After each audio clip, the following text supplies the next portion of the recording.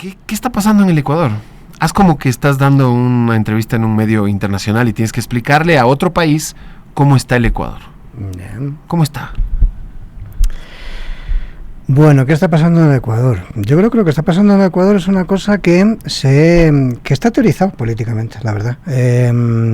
Hubo un tipo que se llamaba Milton Friedman, que escribió un libro que se llamaba Capitalism and Freedom, y que en la página 2 de ese libro aproximadamente, creo que era la página 2 o la página 3, tenía un parrafito que decía, verá, que en las crisis es cuando realmente se transforman las cosas de verdad. Las crisis no son malas, las crisis son lo que te permite, digamos, articular lógicas que luego transformen las cosas radicalmente, porque si no hay una crisis, las cosas no se transforman radicalmente. Yo creo que el Ecuador está viviendo una crisis y lo están transformando radicalmente. Y lo que pasa es que lo están transformando radicalmente los del Milton Friedman, precisamente, ¿no? Es decir, quiero decir un poco esa sensibilidad o esa corriente de pensamiento que Milton Friedman, para que nos entendamos, era uno de los gurús, si no la máxima excelencia de los gurús del neoliberalismo, ¿no? A ver, déjame ver si entendí. Me estás diciendo que han lanzado el polémico decreto del diésel como simbolismo de incendiar el Ecuador, y mientras esta crisis se desarrolla inducidamente, vamos a cambiar la Constitución. Yo creo que no solamente el diésel, yo creo que hay una estrategia que ha sido una estrategia de militarización social, es decir, que arranca con el decreto 111, 9 de enero, si no me estoy equivocando con la fecha, del 2024. Yo creo que a partir de ahí hay toda una lógica, digamos, de sociedad disciplinaria y de control, donde de alguna forma se ha estado controlando comunicaciones, tecnología, con apoyo de países extranjeros, ¿no? Sabemos que están los gringos, sabemos que están los israelíes, o sea, que es lo mejor de cada casa, vaya. Y hay algunos países más que están interviniendo aquí con cooperación internacional, algunos de ellos denotadamente muy poco democráticos, y evidentemente ese tipo de articulaciones, de control de comunicaciones, de movimientos, etcétera, no solamente se ha hecho sobre los grupos delincuenciales, sino también sobre las disidencias políticas, y yo creo que lo que estamos viendo es un poco al culmine de alguna forma de esa situación, que no es el culmine, porque siempre parece que llegaste al final de la colina y siempre se pone queda, peor. Cuando levantas la cabeza siempre te queda otra piedra más, ¿no? A ver, entonces estamos sometidos, evidentemente que estamos en una época en la que nos hemos entregado al dueño de los terrenos. Muy buena expresión. Sí. Nos hemos vuelto a entregar al dueño. Ya estábamos un poco liberados, pero no. Regresamos a ver y lo hemos encontrado ahí en su casa aburrido y le hemos dicho, venga, que queremos un poco más de sometimiento. Este nivel de injerencia actual que mencionas, algunas presencias extranjeras no identificadas, guiño, guiño, ¿tú recuerdas que haya vivido el Ecuador un nivel? Yo siempre pregunto esto porque me parece que se les está yendo la mano con la injerencia.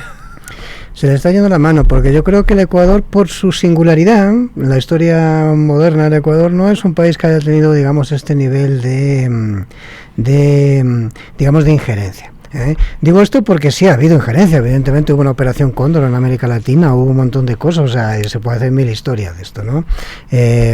Pero del Ecuador tuvo como una particularidad en ese tipo de procesos. Incluso la dictadura de aquí, en los años 70, y eso lo conocen los ecuatorianos mejor que yo, evidentemente, voy a intentar ser prudente con esto, pero era una dictadura, digamos, más amable, entre comillas. Sí. Es decir, una dictadura es una dictadura, pero aquí no tienes 30.000 desaparecidos en un campo de fútbol, ni tienes tipos que los tiraban al agua, ¿no?, en aviones, ni cosas de esas características. Por lo tanto, me parece que había, digamos, una lógica diferente. Creo que esa lógica diferente se está invirtiendo.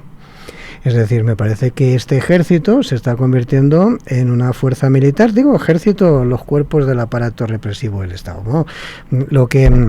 Lo que eufemísticamente se llama los cuerpos de seguridad. Uh-huh. Entonces, el tema de esto es que me parece que yo creo que el término que se les está yendo de la mano es un buen término, porque, digamos, son estructuras que han tenido un talante democrático dentro de lo que cabe, es decir, una estructura jerárquica como es el mundo militar, pero que de alguna forma me parece que en este momento está asumiendo un rol que no lo había asumido anteriormente, digamos, con un nivel de contundencia que tampoco lo había asumido anteriormente, y que es muy criticable inevitable en sociedades modernas, donde se supone que la democracia y la resolución de conflictos son basadas en los consensos y en los diálogos, ¿no? Ahora está lo de la injerencia y la soberanía. Es como que hay ahí una discusión dual de dos conceptos encontrados, porque la gente que está a favor del presidente actual, a ellos evidentemente la soberanía pues mucho no les interesa, porque apoyan la Twitter presidencia. Estaba en inglés, si no me equivoco, del presidente Noboa, ¿no? Sí, él estaba casi que enviando un informe pormenorizado de actividades a Donald Trump, ¿no? Parecía. Eso leí en los analistas, en varios analistas ecuatorianos, así que pusieron algunos Twitter, analistas, digo, mujeres y hombres, que pusieron algunos Twitter a raíz de eso, algunos comentarios por ese tweet. Yo creo que no, fíjate, yo creo que pues estaba enviando a Trump, pues yo creo que realmente lo que estaba es alineándose con Trump en la política contra Petro, que es mucho más grave que esto. Ten en cuenta que lo que le está diciendo lo que está diciendo Trump a Petro es: usted es un líder de los cárteles de la droga, no sé qué, no sé cuánto, y pone un Twitter, que es el país de al lado, más chiquitito, con una economía comparado con la otra de mierda, etcétera, tal, y pone un Twitter diciendo en inglés, nosotros sí somos una... ¿no? Nosotros sí hemos peleado. Es como el de la clase esa que dice, fue aquel el que le tiró el papelito, sí. ¿no? Pues es un poco eso, ¿no? Yo me parece que... Y es muy grave, porque eso sí, aquí quizás los analistas no lo sepan leer bien, o los asesores presidenciales o lo que sea. En Colombia, que yo trabajo mucho ahí, sí lo saben leer. Quiero decir, eso pasará factura en algún momento. Carolina Ávila puso alguna cosa parecida a que era una apuesta de Noboa mandar ese tuit en inglés y poner unas velas para que Trump le responda. Si es que no le responde, obviamente quedar un poco mal, pero si le responde sería, claro, un golazo, ¿no? Yo no he mirado si le respondió o no, entiendo que no. No. Y no creo que lo vaya a hacer porque, a ver, entendámonos bien. O sea, la relación de este gobierno con el gobierno de los Estados Unidos tiene nombres y apellidos, y es el secretario de Salud, es Kennedy, y eso tiene que ver con unas circunstancias históricas de la familia Noboa y cómo este señor que es presidente ahora, es decir, pasaba temporadas en las casas de ese señor antes de que ese señor fuese miembro del gabinete de los Estados Unidos. Quiero decir con esto de que ahí hay una relación cordial y desde ahí se establece tal. Cuando usted quiere entender por qué el tipo está en la tercera fila o no sé qué, no sé cuánto, no lo entienda porque hay una relación diplomática privilegiada, no sé qué. Hay una relación con una persona que está dentro del gabinete, que por cierto es un tipo tremendamente complicado. Quiero decir, es la aplicación de la teoría de Peter, ¿no? O sea, el principio de Peter, que es esta de hasta dónde puede llegar un tipo sin capacidad a ser miembro de un gabinete de gobierno, en este caso de los Estados Unidos, ¿no? Pero ya llegó Marco Rubio, estuvo de visita sí, acá. Hay el principio de Peter extendido, yo creo. Hay un... sí, Reinberg también. Sí, hay algunos principios de Peter. Yo veo, no sé si tuviste oportunidad de leer unos estudios de opinión recientes del CIES.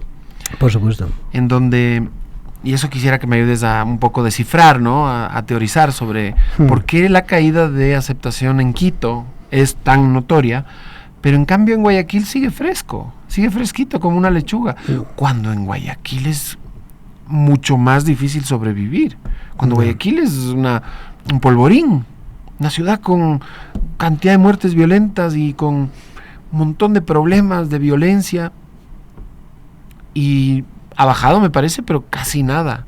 En cambio en Quito ya está llegando a los 38 de aprobación Noboa, que le podrían pasar factura en la consulta, ¿no?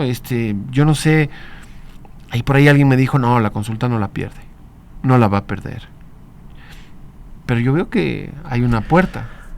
A mí me parece que la consulta tiene muchas posibilidades de ganarla, Quique. Y lo digo honestamente, pues más allá, y ahora hablamos del deterioro, ¿no? Pero digo, por separar dos cositas. El tema de la consulta es muy fácil que la gane, porque las preguntas, primero son 4 preguntas, o sea, son las 3 del referéndum de la consulta y tal, no sé qué, pero que al final eso va en un paquete. Y es verdad que la gente en las últimas consultas ha discernido entre unas preguntas y otras. Eso es cierto que no era muy habitual antes, ¿no? Era más el rayajo completo. Sí. O sea, era más una cosa de aprobación o no, ¿no? Pero en este caso, como que está más selectivo, yo no creo que haya habido una amplia formación de la ciudadanía ecuatoriana en materia política, ni que sea de gran interés eso, pero la gente ha diferenciado. A mí me parece que tal y como está montada esa consulta y ese referéndum, posiblemente gane porque la gente va a votar que sí, a quitarle, digamos, el presupuesto a los partidos políticos, a reducir los miembros de la Asamblea, en fin, quiero decir que hay una serie de preguntas que evidentemente la gente está por esa labor, las bases por conocimiento, no, el tema de las bases, porque realmente hay una creencia, ¿no?, en el mundo ciudadano de que las bases realmente pueden operar en materia de seguridad, cosa que es una estupidez. Fíjate, los dos países donde tiene interés Estados Unidos en poner bases ahora mismo son Ecuador y Argentina, que no son casualidad. Ecuador la quieren poner no en Manta, en Galápagos, es decir, porque eso triangula con el puerto de Shanghái, ¿no? Quiero decirte, ellos están interesados en un tema de control, es decir, sobre la cuenca Asia-Pacífico. El puerto de Shanghái es el puerto más importante ahora mismo, digamos, de llegada de productos chinos a América Latina. Y la segunda, muchos de ellos... Es además, la nueva ruta seda. Es la nueva ruta de la seda. Ten en cuenta que además de Shanghái no es que vayan al Perú, o sea, llegan hasta Manaos, que ahí tienes Puerto Franco, no sé qué, donde se está manufacturando, etcétera. O sea, hay unas rutas ahí específicas, o sea, es un tema geopolítico bien interesante. Y Argentina, en el año 2048, esto no te lo cuenta nadie, ¿no?, pero te lo voy a contar yo, en el año 2048 se termina el protocolo del Antártico. Uh-huh. Y tal y como está este planeta ahora mismo, y tal y como está esta movida ahora mismo así a nivel internacional, es posible que se pasen por las narices esto de respetar el Antártico después del 48. Por lo tanto, los Estados Unidos tienen mucho interés en poner una base ahí cerquita, igual que los británicos muchos años antes estuvieron jodiendo con las Malvinas porque ya estaban mirando para allá. Entonces, lo que quiero decirte con esto es de que, bueno, me despisté, pero que todo esto tiene razón de ser, no es la seguridad, pero bueno, eso no es muy difícil convencer a la gente de esto en el corto plazo que hay, y además porque yo creo que las campañas de no están enfocadas en otra cosa, están enfocadas más que en responder a las preguntas, en cuestionar a Noboa, ¿no?, como figura. Y eso está mal. Yo creo que es una visión limitada. Yo creo que hace mucho rato que la izquierda tiene una visión muy limitada de cómo actuar políticamente en el país, la verdad. Yo tengo una visión bien crítica con eso, pero soy un tío que todo el mundo dice que soy de izquierda, ¿no?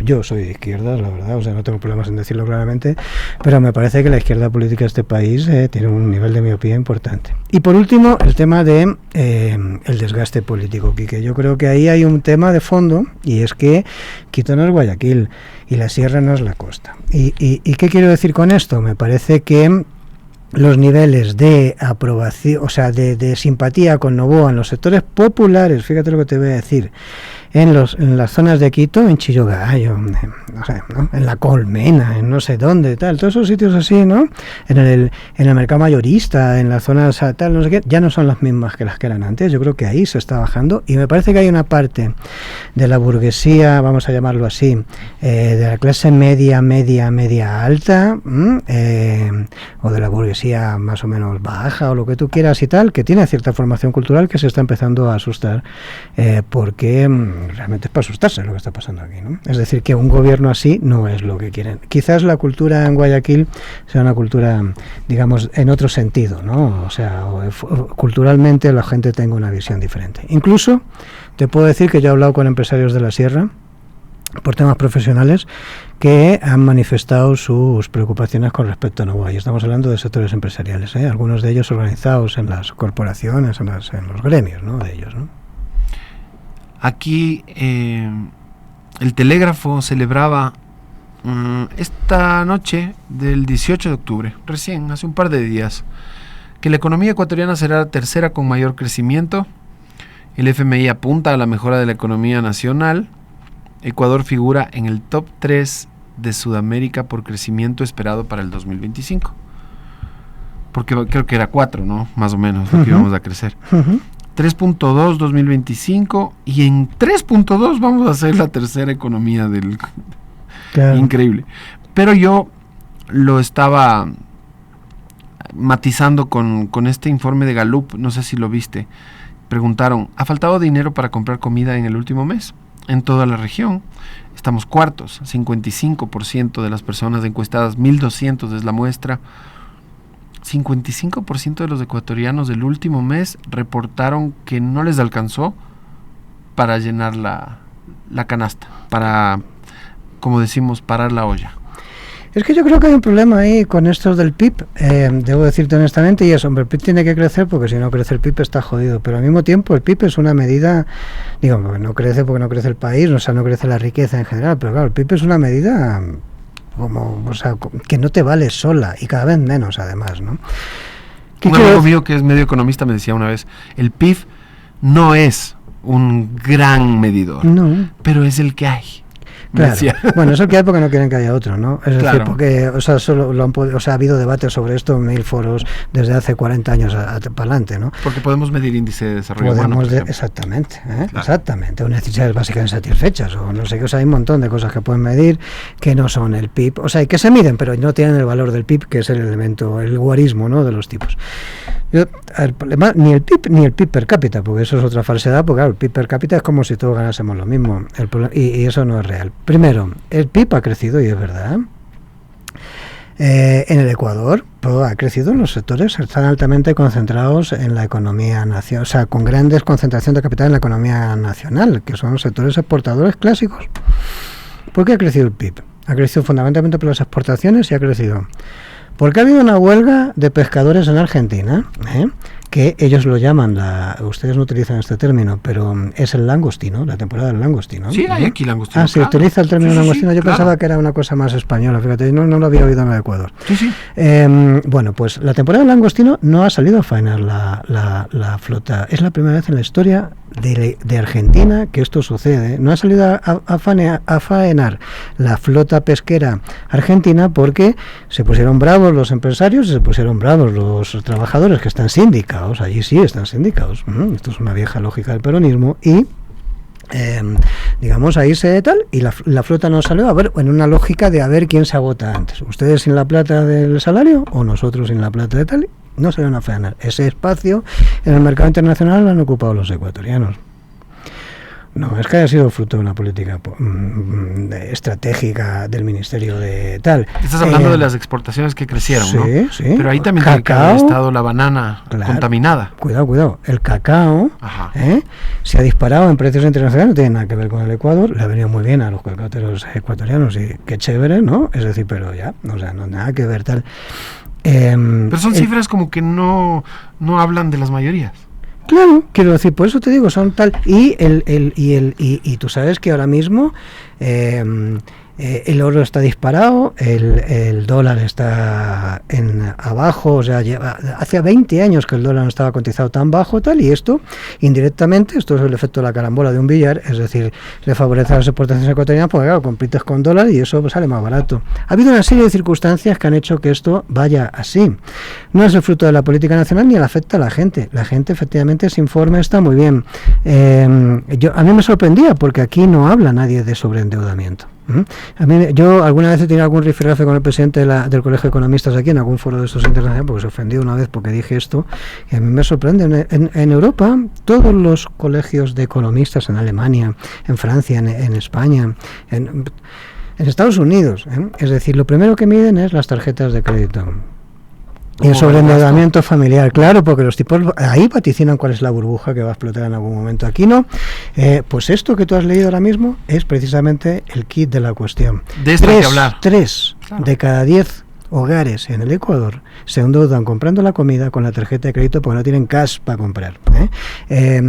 De la gente que entró en el sistema, o sea, que se le integraron en el sistema financiero nacional entre el 2019 y el 31 de diciembre, es el último dato que yo tengo, del 2024, en esos 5 años, 3 de cada 10 que se integraron están fuera otra vez, les han votado otra vez del sistema financiero porque el buró de créditos les tiene calificados negativamente porque no pagan sus tarjetas, no pagan sus deudas, no pagan su no sé qué, porque la gente no tiene plata. Porque estaban viviendo del crédito. Claro, y esto se sigue acumulando, Quique, y eso en algún momento va a haber algún problema. Y a mí me sorprende, pues yo oigo a los economistas hablar ahí del sexo de los ángeles, del PIB, y no veo a nadie hablar, o sea, de la economía real. Y la economía real, amigo, es cuando vamos ahí a comer tú y yo, cuando terminamos esto, es así como que, ¿cuál es el restaurante? Este que es barato, ¿no?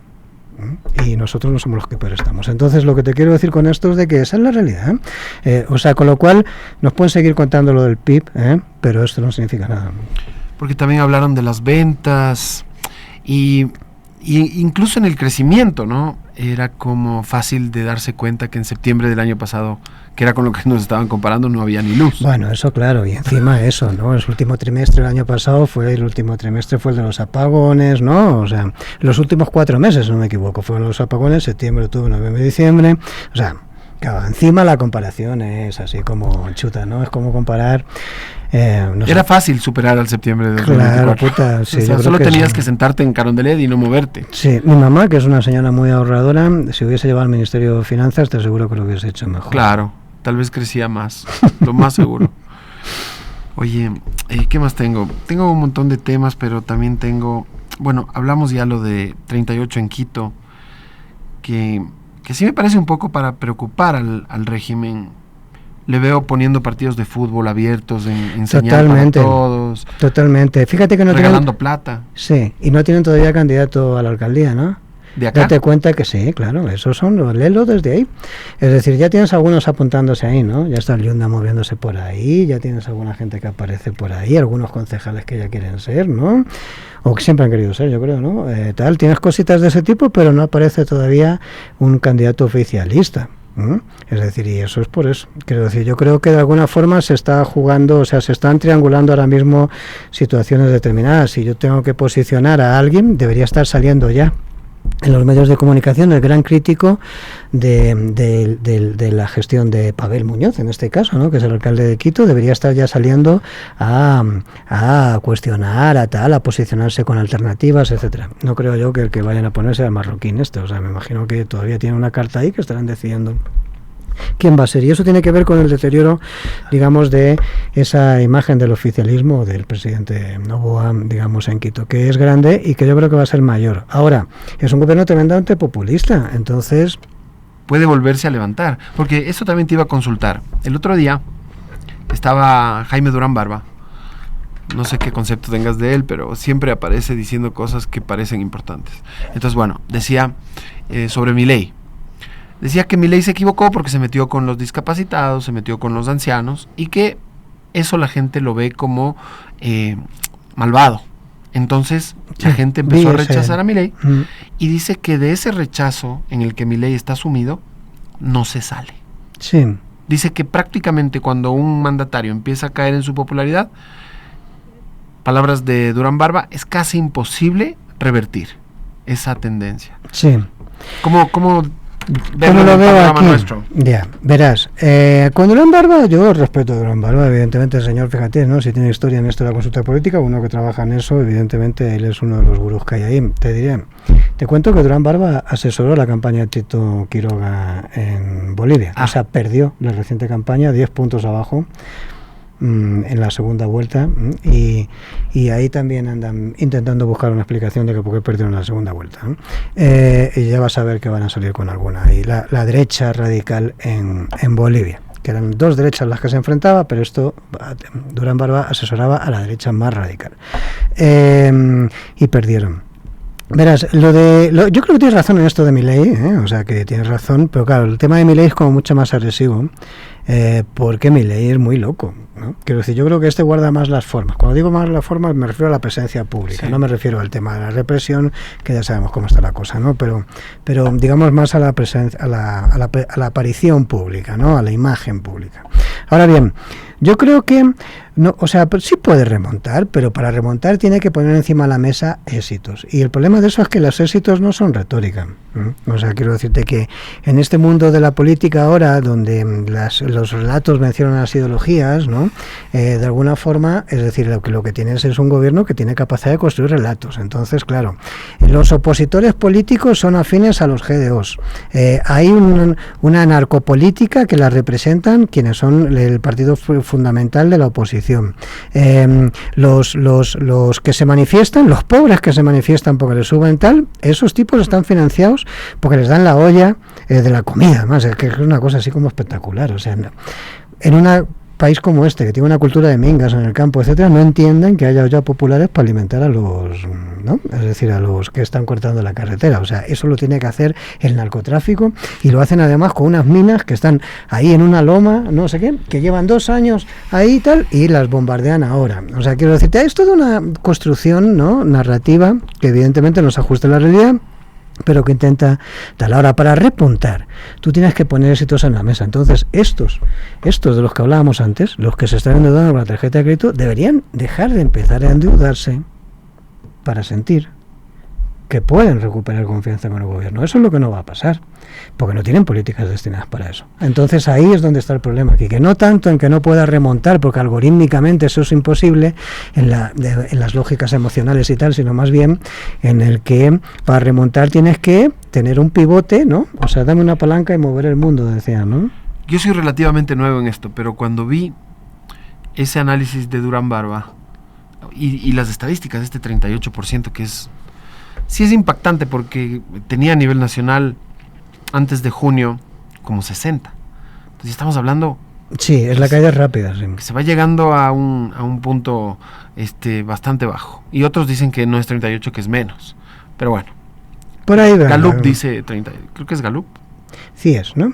El CIES, tienes razón. CIES. Gallup es del estudio de... Sí, es lo otro. Sí, de los 55% que no alcanzan a comprar la comida suficiente para cada mes.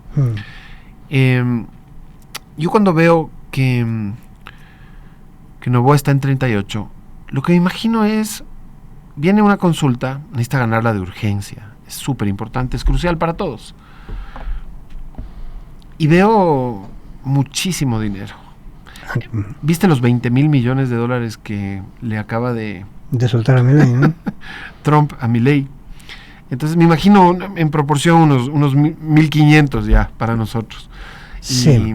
Y alguna cosa, ¿no? Y salir a regalar. Pero viste cómo se lo ha dado, ¿no? Porque hay que leer la letra pequeña ahí, que ¿no? Seguro. El tipo le dio los 20,000 millones y le compró otros 20,000 millones en dólares blue, que tienen esta huevada ahí los argentinos, de 3 tipos de dólares diferentes ahí, que es un tema especulativo todo. Sí. Y o sea, son 20,000 más 20,000, porque 20,000 que le compran dólares en blue, que eso no existe, o sea, eso es un papel ficticio, eso le engorda también las cuentas a Milei. Pues claro, pero se lo dejan claro, ¿no? Y le dicen eso de que pero usted gana las próximas elecciones, porque si usted no gana las próximas elecciones, se acabó esta mierda, ¿no? Claro.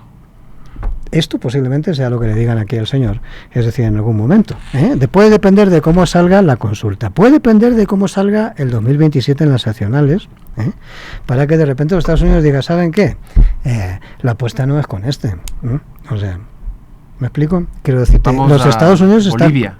Vamos a Bolivia, o vamos a saber qué pasa en Venezuela en 2027, claro. O lo que haya Perú, pasado, vez, o lo que haya pasado, o lo que haya reforzar. pasado con Petro, que tiene elecciones en menos de 200 días también, ¿no? En Colombia, o sea, va a depender de muchas cosas, y yo creo que se está jugando así. No es gratuito esta bronca con el Petro, digamos, en esta última fase de su gobierno, no es gratuito la plata que tuvo, evidentemente bien indicas, es decir, con el tema de Milei, no es gratuito, es decir, que se haya caído la señora esta de Perú, tal, o sea, me parece que los norteamericanos, que llevaban mucho tiempo sin hacer política en el hemisferio, están haciendo política en el hemisferio, porque siempre fueron más problemáticos, digamos, o sea, ahora que se están dividiendo el mundo de alguna forma, que están saliendo de Europa, que están saliendo tal, están posicionados aquí, porque además hay una lectura de vamos a hacer neoliberalismo y comercio libre, sí, pero esto que llaman short friends, ¿no? Es decir, vamos a hacer el neoliberalismo con los países amigos.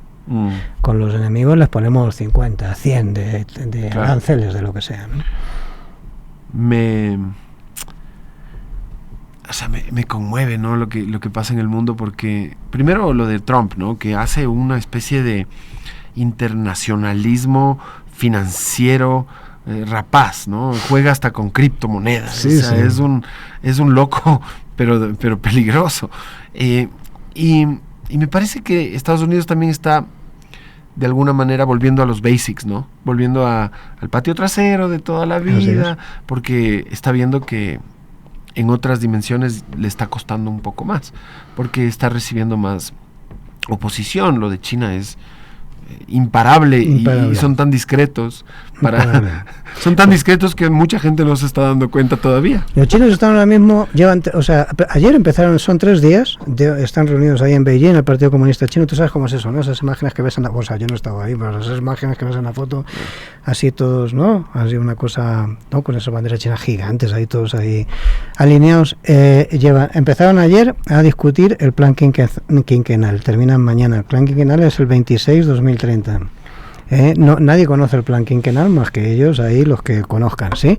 Pero algunas filtraciones ya hay. Yo trabajo temas de geopolítica, asesoro, digamos, en temas así. Y ya se sabe algo. Y ya se sabe algo y es impresionante. O sea, los tipos tienen perfectamente claro a qué le juegan. Es un tema de autonomía financiera y tecnológica con los Estados Unidos. Van a posicionarse como la primera fuerza tecnológica del mundo en los próximos 4 años o 5. Eso es lo que quieren, por lo menos en el plan quinquenal. Hay una plata ahí para inversiones. Está todo, mientras el otro está poniendo aranceles, estos están hablando de otra vaina, ¿no? O sea, quiero decir, están en otro planeta, en otro patín, tal. Ahora, ¿qué pasa? Mira, hay un broker norteamericano, o sea, nada sospechoso de marxista, por si acaso alguien piensa que tal, que se llama Ray Dalio, que es un tipo así como famoso, ¿no? De estos brokers que hay ahí y tal. Y estos brokers, como no tienen sangre, es decir, esos tipos analizan los patrones simplemente para ver dónde invierten. Trabaja con divisas. Y tiene un análisis muy interesante que dice, y él mismo dice, estamos en la mierda, y él te explica con un patrón cómo han sido todas las construcciones de los imperios a nivel del mundo, ¿no? Y se cumple como un patrón. Y Estados Unidos está como, los imperios evidentemente tienen una curva ascendente, llegan a un clímax ahí, a una cima, y van bajando la curva.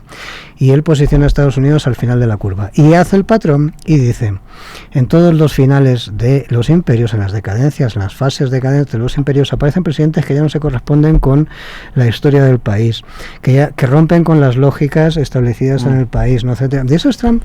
Entonces, o sea, y hay un factor de riesgo de guerra civil, y eso es Trump. Acuérdate de lo que estamos hablando aquí, porque los norteamericanos están a esto de liarse. O sea, hay un nivel de polarización nunca antes visto en los Estados Unidos, ¿no? Explícame cómo puede Estados Unidos ponerle los impuestos que le pone a la China, por ejemplo, cuando se supone que Estados Unidos le debe un montón de plata a China. Ya por los bonos. Explícame esa dinámica. ¿Por qué China no puede agarrar y decir, me está subiendo los impuestos? Te voy a subir los intereses. No sé. No es así, porque lo que ha hecho China ha sido comprar bonos del Tesoro. Y lo que tiene son bonos del Tesoro, bonos del Estado, ¿no? Entonces, lo que tiene son bonos del Estado, que además los está vendiendo, poquito a poquito, pues lo hacen todo, como tú bien decías, discretamente, ¿no? Esos tipos hacen las cosas tal, pero los han bajado muchísimo el nivel de tal. Ya no es el país que más tiene, fíjate, ¿no?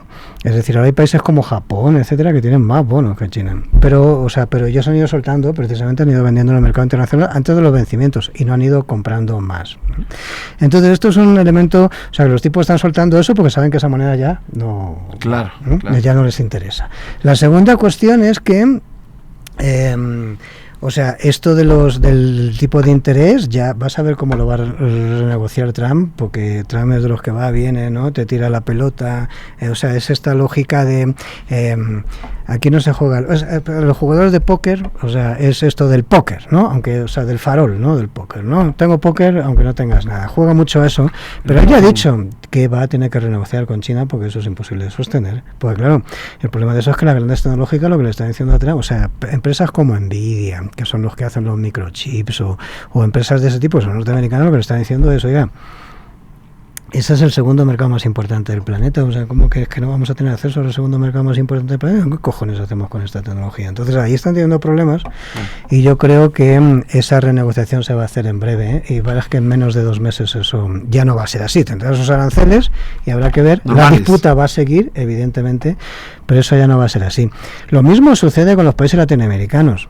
Cuando él va y le dice a Trump, a Milei, usted no puede tener relaciones con China, de las características que tiene, con el propio Noboa, ¿no? Aquí cuando vino Marcos Rubio, una de las cosas que no informaban los periódicos, pero una de las cosas que se le dijo al presidente es este asunto de Cocodo Sinclair, ¿no? ¿Qué es esto de que le ha entregado usted otra vez a esta gente, ¿no? O sea, están intentando acotar el territorio latinoamericano como la fase, digamos, o sea, se repliegan del mundo en esta fase de decadencia e intentan sostener ese patio trasero en esa lógica de doctrina Monroe, esta histórica, ¿no? Oye, ahora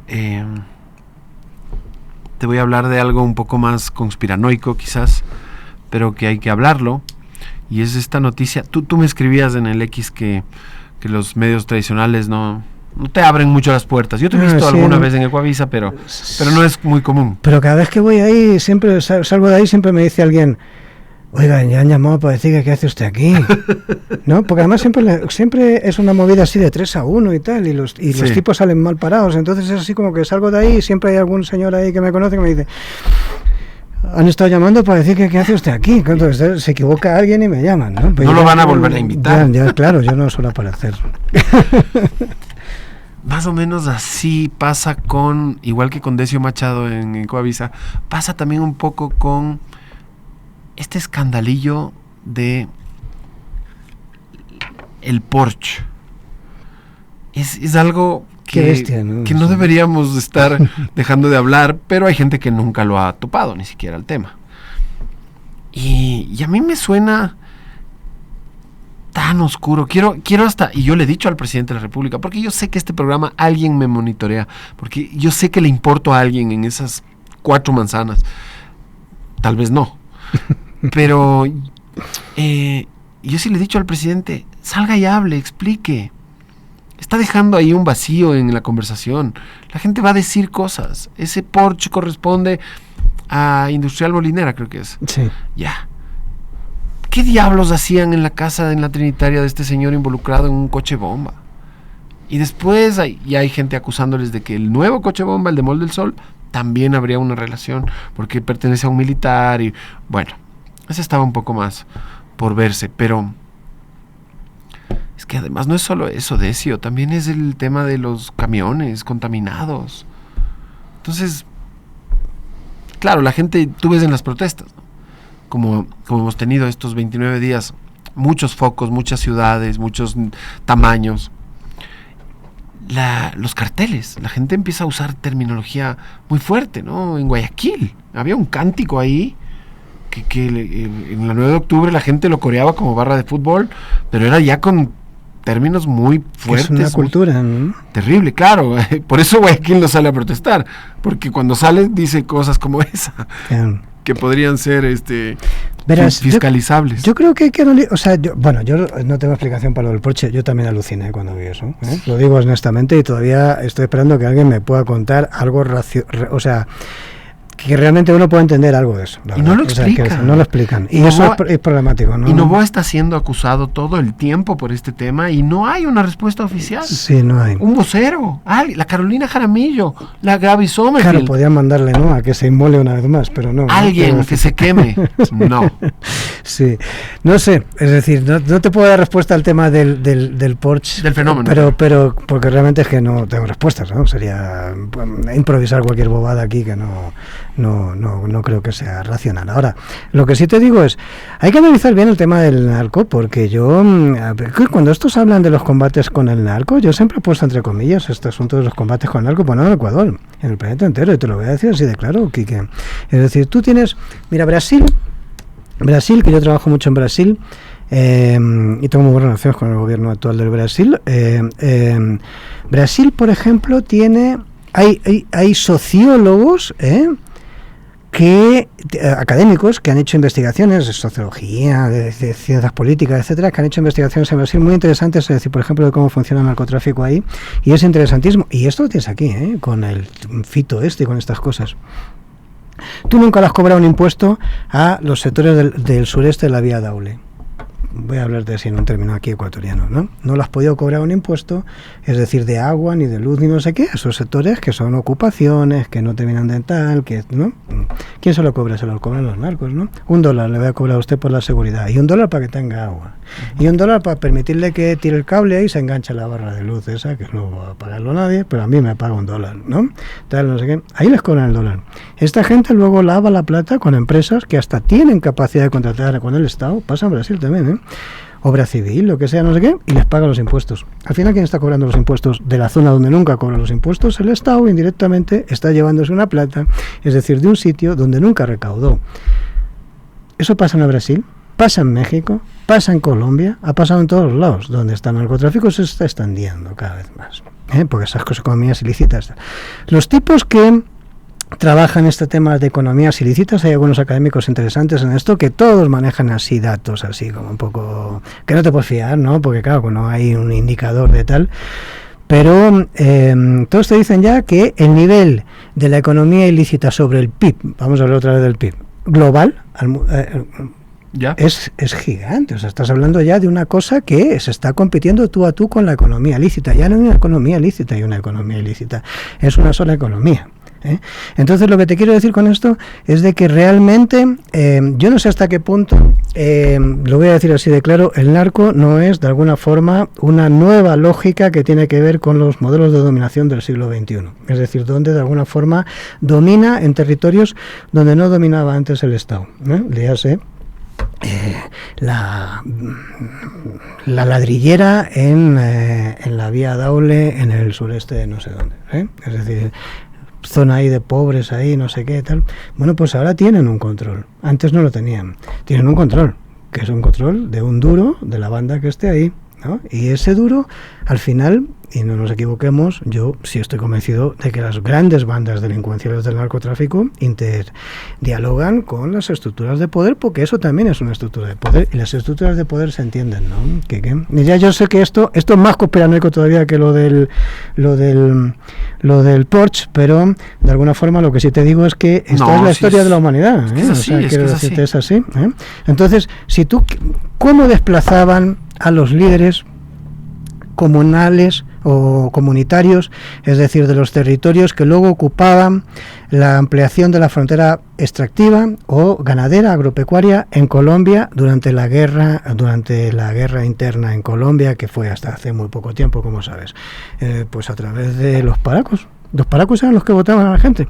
Luego entraban las mineras, entraban las petroleras o entraban los grandes ganaderos terratenientes, entre ellos Uribe, para expandir la frontera tal, porque ahí metían su ganado para que pastase en sitios donde estaba cultivando la gente. Entonces el tema es que esa es la realidad, y no creo que en el Ecuador la cosa sea muy diferente. O sea, yo no me puedo creer que no puedan controlar un espacio de 14 metros cuadrados, 14 kilómetros cuadrados, como puede ser una cárcel, ni puedan controlar un centro concreto como puede ser un puerto. O sea, yo no entiendo eso, ¿no? No entiendo por qué han tardado 2 años en bombardear y tomarse las minas de esas que financian nuestra comida ahora, parece ser, ¿no? ¿Tú has visto cuando los ecuatorianos hablamos de este tema del narco y de la política y de cómo están durmiendo en la misma recámara? Todos aceptamos que la política está contaminada y que el poder está contaminado por el narco y por la violencia y por etcétera, por estas bandas, pero no hay una especificidad. Es decir, no podemos mencionar, es que sí, como todos saben, el 14% de los puestos de control estatal, claro. No decimos eso, pero es una generalidad que está en el ambiente y como que vivimos con ella. Pero, ¿qué estamos haciendo? Claro, ¿qué estamos haciendo contra? Claro. Oye, otra cosa que te quería, para cerrar, porque ya nos quedan 4.